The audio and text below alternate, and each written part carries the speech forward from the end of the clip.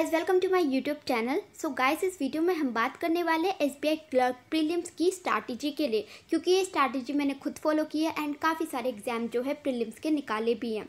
सो मैंने सोचा मैं आपके साथ भी शेयर करती हूँ इस स्ट्रैटेजी को, आपको भी इससे हेल्प मिलेगी। सो सबसे पहले मैं आपको अपना स्कोर कार्ड दिखा देती हूँ। एसबीआई क्लर्क प्रीलिम में मेरा कितना स्कोर आया था 2020 में। सो ये है मेरा स्कोर कार्ड।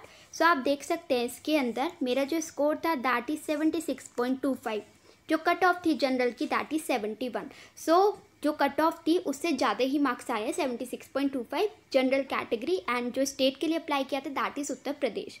ठीक है। सो गाइस, अब मैं आपको एक बार स्टेट की कट ऑफ दिखा देती हूँ प्रीलिम्स में कितनी गई थी हर स्टेट की कट ऑफ।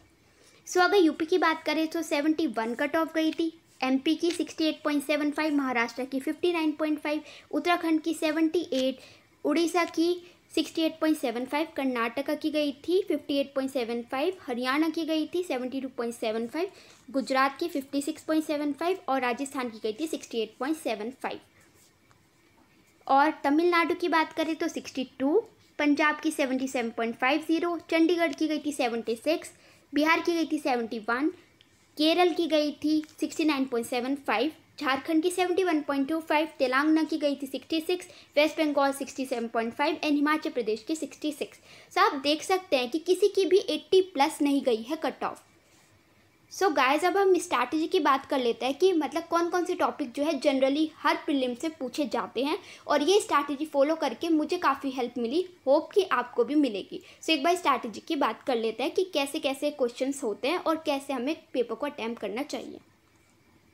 सो गाइस, सबसे पहले हम बात करते हैं इंग्लिश लैंग्वेज की। सो इसके अंदर कौन कौन से टॉपिक जो है पूछे जाते हैं। सो इसके अंदर पूछा जाता है रीडिंग कॉम्प्रीहेंशन पूछा जाता है, क्लोज टेस्ट पूछा जाता है, फिल इन द ब्लैंक्स पूछा जाता है, एरर डिटेक्शन होते हैं, sentence rearrangement, para jumble, एंटोनियम्स and synonyms, match the following जिसके अंदर कॉलम 1 और कॉलम 2 दिया होता है एंड हमें उसे मतलब करेक्ट सेंटेंस एक बनाना होता है। ठीक है।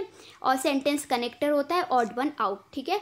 अब मैं आपको ये बताती हूँ कि कैसे कैसे पेपर को अटैम्प्ट करना चाहिए। अगर हम आरसी की बात करें तो आरसी को हमेशा लास्ट में अटैम्प्ट करना चाहिए, क्योंकि ये थोड़ा टाइम कंज्यूमिंग होता है। सो सबसे पहले हमें अटैम्प्ट करना चाहिए क्लोज टेस्ट, और इसके बाद मतलब फिल इन द ब्लैंक्स। इसमें से एक टॉपिक आता है, या तो क्लोज टेस्ट आएगा या आपका फिल इन द ब्लैंक्स आएगा। और जो प्रीलिम्स लेवल होता है क्लर्क का वो इजी टू मॉडरेट होता है, ज़्यादा टफ नहीं होता, आप इजीली इसमें स्कोर कर सकते हैं। एरर डिटेक्शन भी जो है वो भी इजी होता है, ईजिली आप इसे कर सकते हैं। सो ये वाले टॉपिक जैसे क्लोज टेस्ट हो गया, फिल इन द ब्लैंक्स हो गया, एरर, ये सबसे पहले करना चाहिए। सेंटेंस रीअरेंजमेंट और पैरा जंबल। ठीक है। इसमें से भी एक ही आएगा, या तो सेंटेंस रीअरेंजमेंट देखने को मिलेगा आपको एग्जाम में या फिर पैरा जंबल। सो इसमें से ये डिफरेंट मतलब शिफ्ट में वेरी करता है, किसी में सेंटेंस अरेंजमेंट पूछ लेते हैं रीअरेंजमेंट और किसी में पैरा जंबल, एंटोनियम्स और सिनोनियम्स। ठीक है। और मैच द फॉलोइंग और sentence connector, odd one out. So ये टॉपिक जो है ये सबसे पहले हमें अटेम्प्ट करनी चाहिए, क्योंकि ये सबसे ज़्यादा स्कोरिंग होते हैं और ईजिली जल्दी से हम इनको कवर कर सकते हैं।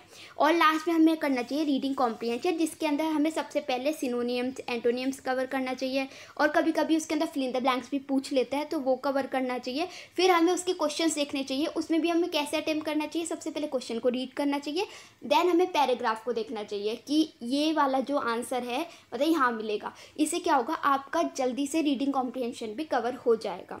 सो गाइस, ये है इंग्लिश के लिए। आप इंग्लिश को ऐसे अटेम्प्ट करोगे तो डेफिनेटली आपके 20 प्लस आ जाएंगे। अब ये होता है कि हमें करना कहाँ से चाहिए। सो अड्डा की जो ऐप है आप वहाँ से डेली क्विजेज दीजिए, और ग्रेडअप की जो ऐप है डेफिनेटली आपको बहुत ज़्यादा हेल्प मिलेगी। वहाँ पर डेली बेसिस पर क्विजेज आते हैं, चाहे वो इंग्लिश हो, रीजनिंग हो, एप्टी। सो गाइस, आप ज़रूर दीजिएगा अपने क्विजेस अड्डा 247 से और ग्रेडअप ऐप से। सो यहाँ पे डेली बेसिस पे क्विजेस आते हैं, चाहे वो इंग्लिश हो, क्वांट हो या रीजनिंग हो। डेली बेसिस पे क्विज दीजिए और अपने स्कोर को बूस्ट कीजिए। ठीक है। स्कोर जो है इससे आपका इम्प्रूव होगा, क्योंकि डेली बेसिस जो क्विजेस आते हैं वो प्रीलिम लेवल पे ही बेस्ड होते हैं। सो गाइस, ज़रूर दीजिएगा आप उसको, आपको बहुत ज़्यादा हेल्प मिलेगी। सो नेक्स्ट सब्जेक्ट देख लेते हैं कौन सा है। सो नेक्स्ट है न्यूमेरिकल एबिलिटी। सो सबसे पहले हम वो टॉपिक देखते हैं जो सबसे पहले हमको अटैम्प्ट करना चाहिए एग्जाम में। सो वो हो गया हमारा DI, ठीक है। DI जो होती है वो हमारी ईजी टू मॉडरेट होती है, ज़्यादा टफ नहीं होती, जिसके अंदर हमारे टेबुलर बेस्ड DI पूछी जाती है। कैसलेट भी पूछ लेते हैं, वो भी डिपेंड करता है, शिफ्ट टू शिफ्ट वेरी करता है, ठीक है। हर शिफ्ट में नहीं पूछी जाती कैसलेट, और इसका लेवल भी मॉडरेट होता है, ज़्यादा टफ नहीं होता, ठीक है। टेबुलर हो गई, पाई चार्ट। सो ये सब DI के टॉपिक्स हैं जो कि पूछे जाते हैं।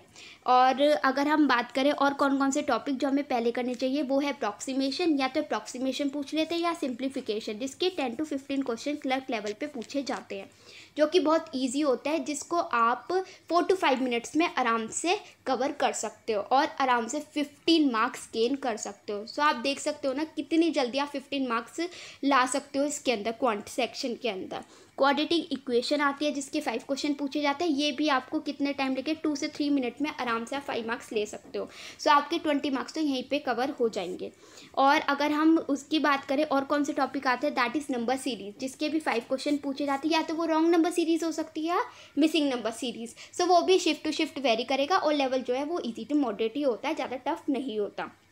अगर हम अरिथमेटिक की बात करें तो अरिथमेटिक के जो टॉपिक जनरली पूछे जाते हैं वो है profit loss, simple interest, compound interest, percentage, speed, time, distance, time and work, average हो गया, रेशियो, प्रपोर्शन, मिक्सचर, एलिगेशन। सो ये जो टॉपिक होते हैं ये अरिथमेटिक के अंदर पूछे जाते हैं, जो कि बहुत ज़्यादा इंपॉर्टेंट टॉपिक होते हैं। सो आप अरिथमेटिक को भी स्किप नहीं कर सकते, क्योंकि आजकल सबसे ज़्यादा अगर आपको कोई भी एग्ज़ाम क्लियर करना है, सो आपको अरिथमेटिक भी आना चाहिए, उनका बेसिक तो ज़रूर ही आना चाहिए। सो सबसे पहले आप इसका बेसिक कवर कीजिए, और बेसिक करके आप डेली बेसिस पे भी क्वेश्चन लगाएंगे तो आपका अरिथमेटिक इंप्रूव हो जाएगा। क्योंकि जब से मैंने अरिथमेटिक करना स्टार्ट किया है, तब से ही मेरे प्रीलिम्स एग्जाम जो है वो क्लियर होने स्टार्ट हो गए हैं। सो अब रीजनिंग सेक्शन की बात कर लेते हैं कि इसके अंदर कौन कौन से टॉपिक जो है वो पूछे जाते हैं और हमें पेपर को कैसे अटेम्प्ट करना चाहिए, ठीक है, 20 मिनट के अंदर। सो गाइस अगर हम बात करें सो ये टॉपिक है coding, decoding, seating arrangement, puzzle, ठीक है। ये स्टेट में एजम्पशन इसके अंदर नहीं आता, ना लॉजिकल रीजनिंग, वो गलती से आगे लिख दिया था, ठीक है। रैंकिंग के क्वेश्चन आते हैं, ब्लड रिलेशन होते हैं, direction, sense, inequality, alphanumeric series, और ये होती है न्यूमेरिक सीरीज, ठीक है, जिसके अंदर खाली नंबर्स पूछे जाते हैं, फिर उसके अकॉर्डिंग क्वेश्चन पूछे जाते हैं।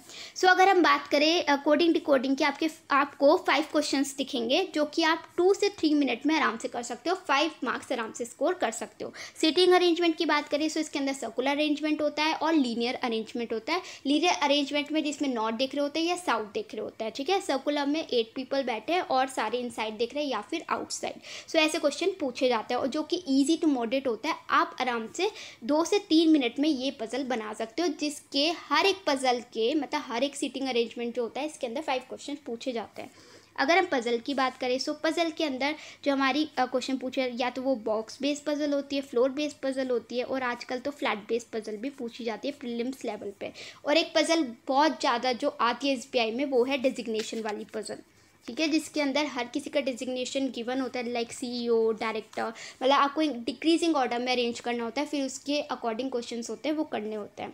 तो ये पजल्स के टॉपिक है। सो गाइज इन टॉपिक पे ज़्यादा प्रैक्टिस कीजिएगा, जिससे आप एग्ज़ाम में ईजिली से कर सको। और एक होती है आपकी month based puzzle.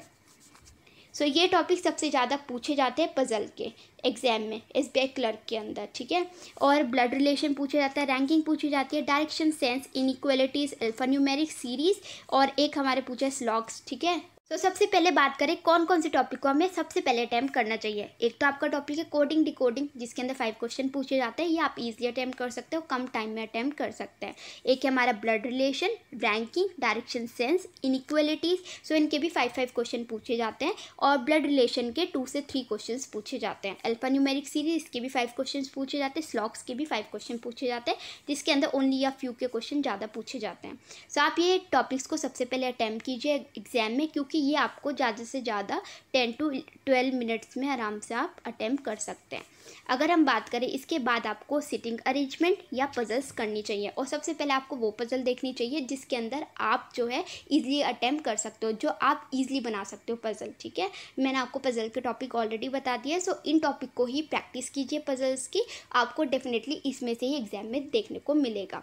So guys अब मैं आपको ये बता देती हूँ कि मतलब टेस्ट सीरीज जिससे मुझको काफ़ी हेल्प मिली। एक तो ओली बोर्ड की टेस्ट सीरीज़ प्रीलिम्स लेवल के लिए बहुत अच्छी है, प्रैक्टिस मोक, और एक है अड्डा 247।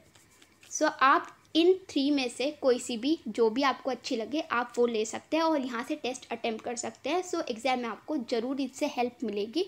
सो गाइस ज़रूर देखिएगा और अटेम्प्ट कीजिएगा टेस्ट, और अपने स्कोर है ना कमेंट बॉक्स में ज़रूर बताइएगा। मैंने ऑलरेडी वीडियो डाली हुई है ओली बोर्ड वगैरह की, जहाँ पे मेरे स्कोर जितने भी आए हैं आप देख सकते हैं, और अपना स्कोर भी ज़रूर बताइएगा। आई होप आपको ये वीडियो अच्छी लगी होगी। अगर अच्छी लगी हो तो लाइक शेयर सब्सक्राइब जरूर कीजिएगा। सो मिलते हैं नेक्स्ट वीडियो में। Till then take care, bye bye.